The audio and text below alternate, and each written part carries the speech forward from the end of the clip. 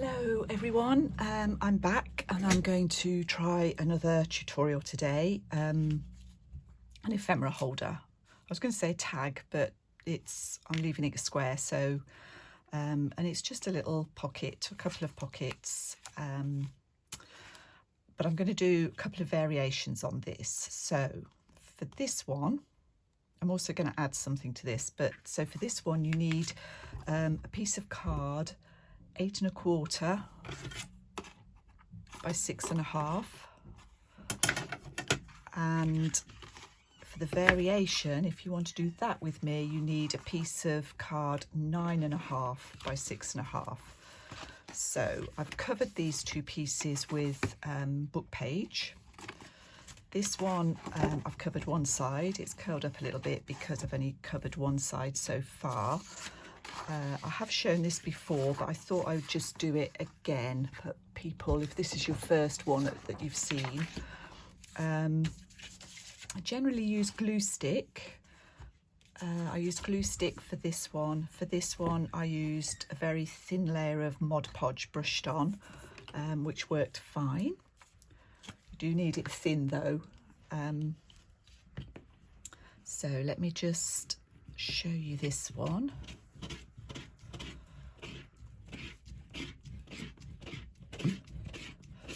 See, I'm running out of glue stick, so it doesn't help. Down to the last bit, one moment. Part of the reason for using the Mod Podge is how expensive these glue sticks have got. I like good quality glue sticks, so I use Scotch. But they're pretty pricey now. Also, there's a lot of plastic, I guess, for each one, and I do try and cut down on our plastic use as well. So Mod Podge from now on, and I'm just going to glue that. I glue one side, cut it down to the card size. Use a bone folder to spread that out, and then cut off the excess. If you're using the Mod Podge, you might want to leave it to dry under, I just put it under here with a little weight on it for a few hours. And either way, whichever way you're doing it, whether it's glue stick or a wetter glue, leave your piece of card to dry completely before you go on to the next bit. And the next bit is quite straightforward. It's scoring. So for the smaller size, you need to score at 3 1/2 and 8 1/4. So 3 1/2 and then 8 1/4. And if you're doing the larger version, you need to score at 1 1/4 and 8 1/4, and I'll show you that in a second. Okay, so with the scoring, as I said, we're going to do what did I say? 3 1/2,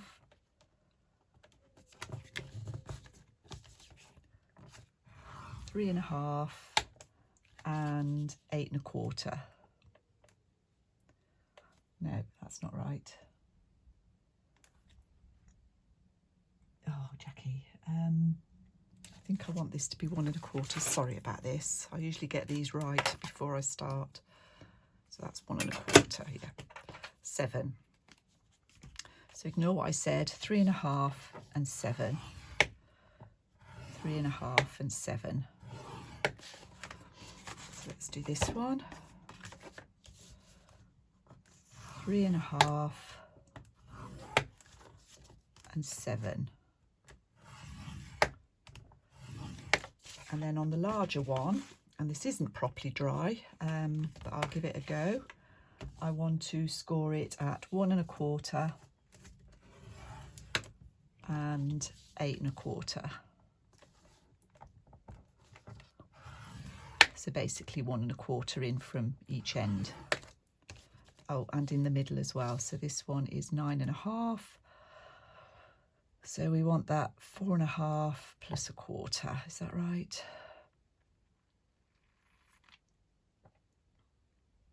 Yeah. So 4 3/4. Okay.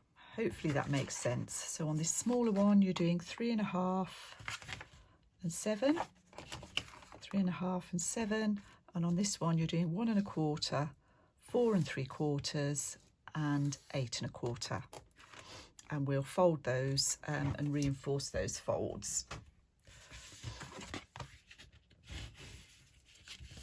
So that's one.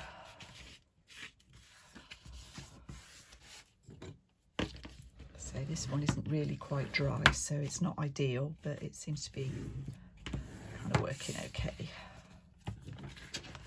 When you're folding a score line, it's always best to fold with where the ridge is, to go up that way. So that's that one. For this one, I'm going to have to do it the other way because I've got it slightly wrong.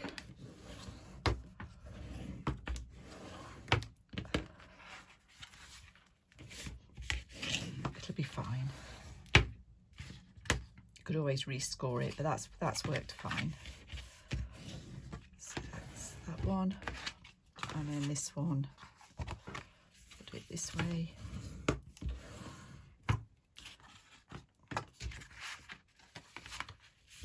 This way. And if you're all square to start with, if you've cut it all out squarely, it shouldn't need any adjusting, but you can always adjust it if you need to.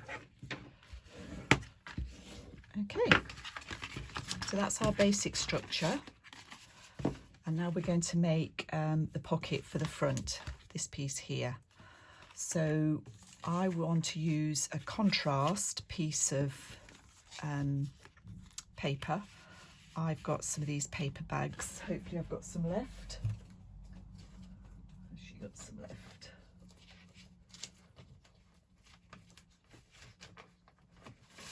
Yeah, these, I've had these a long time, and I'm going to use double thickness because it's quite flimsy paper, so I'm going to use double thickness of this. Plain brown paper would do. I'll do a variation on one of them to show you. And we need to cut that at, if you're going to double it over, you need it to be 5.5 by 6.5. So this is 2.5 inches by the whole 6.5. So we need, oh, excuse me, or is it a bit wider than that? 2 3/4. I'm doing really badly with my measurements this morning. I'm sorry. So it measures, I've got 2.5, so that only needs to be 5 by 6.5 if you're going to double this over. If you've got thicker paper, it can be 2.5 by 6.5. So let's go away and get those cut, and an image for the front, and our image is 2 inches by 5 1/4. So I'm going to go away, cut my pieces of paper and my image, and then we'll take it from there. Okay, so now we're going to do some stitching. First of all, I'll show you, so I've got these pieces, as I said, 5 by 6.5, folded in half. That's going to go there. This is my image that's going to go on the top. That's from this book, Redote's Roses. For this one, I've used a piece of masking paper. I've doubled this as well because it's quite fine. And for this one, I've got an image from Ruby and Pearl. Okay, so before we close these up, I need you to zigzag down this part of the pocket here. I need to zigzag down the front of the front pocket and straight stitch down the back of that front pocket. Then use a bit of glue stick, pop this on and zigzag round the image. So if you go away and do all that and then come back, and what we need to do is glue this back edge. So I'm using art glitter glue. Any glue that you can put a thin line down will be fine. Even the edge of a glue stick would work. But that's all that's going to hold that, because we're not stitching again down there. So that goes on like so.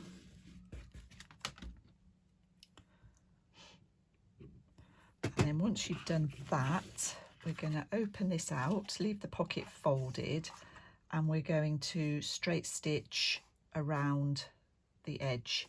And you can include this edge here, but keep really close to that edge, because we want the pocket to work on the inside there. Okay, so if you go away and do all of that stitching, the only difference on this one is that you're zigzagging down the front edge of both of these and around here. So I shall go away and do that, and then I'll be back. So my addition to this original one is to add an envelope like this, so that there's something on the inside of this one. I haven't glued that together, but I shall do that in a moment. So I'm going to use my envelope punch. If you haven't got one of these, this is why I've done this one with a double pocket, so you've still got extra space in there for your ephemera, which works fine. So I'm going to do a 3x4. Well, the card size is 3x4. The envelope will come out a bit bigger, but I need a 6x6 piece of paper, which is what this is. And I need to set it at 2 5/8. So this is 2 5/8. Punch and score. And then I just line this up with the score line. You don't need to do any more measuring. Paper has got some glitter on it, so it's a bit harder to score. That's that one.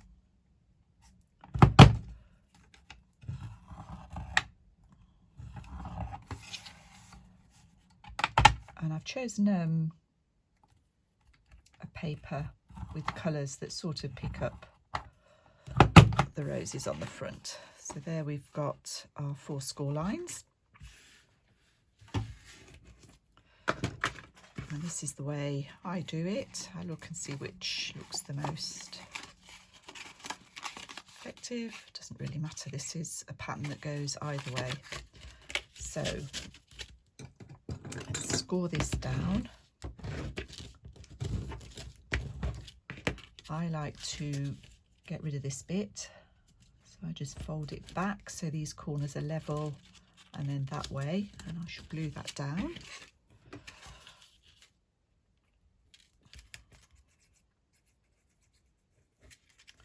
Glue that down and then glue the envelope together this way. So I'll go along this edge,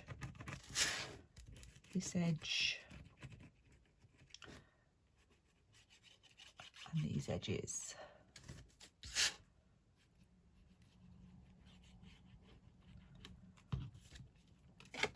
I just need to hold that for a minute because it's quite stiff.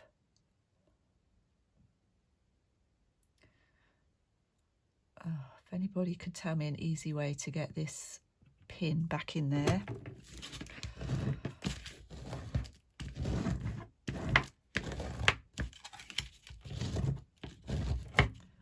And then I just use a corner rounder to take this corner off. I just like the way that looks better. And that will go around there. So it adds some more colour and pattern. And then we've still got our inside pocket. Obviously you could decorate this envelope up. I'm going to leave it as is. I'm going to use, I'm lucky enough to have a selection of these what are they, library cards, so I'm going to use those. And I think, so these are going to go in each pocket.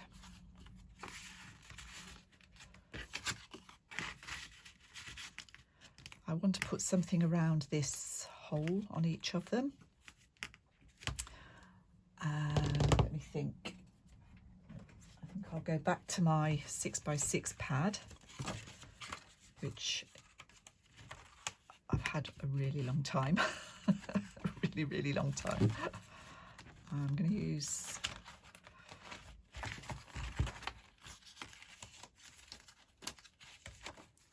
that one. And I might use, oh, let's just use this one for both of them. So I've got this little punch. So I'm going to choose green leaves for this one and flower for this one. So I need one for each side.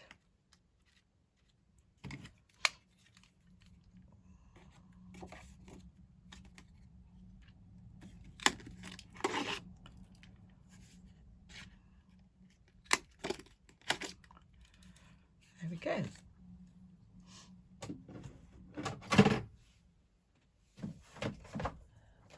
Perhaps something blue for this one, maybe.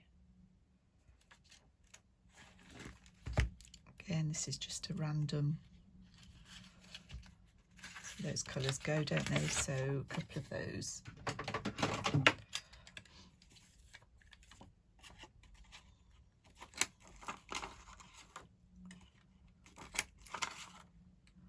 So I'm just going to glue those on. I'm going to tie some seam binding around my clip, put a few bits of ephemera in, and then I'll be back to show you the end result. So here they are finished. This was the original one that I showed you, but I liked the envelope idea so much that I made an envelope for this one. So you've got something that looks quite pretty on the inside. Popped a vintage photograph in here. I usually send these out